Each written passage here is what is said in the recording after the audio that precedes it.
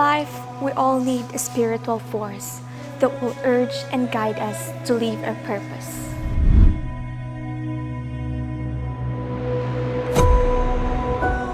It has been standing for more than 400 years. These churches are testaments of history and narratives that pull one's heartstrings. So the most important thing is to put Christ at the center of our lives.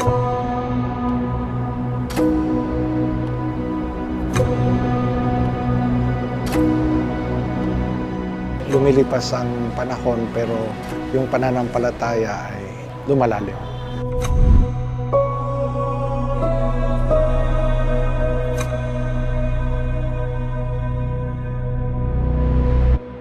The notion of religious faith is seen through the churches that devotees of Pangasinan visit to strengthen their affinity with the Almighty.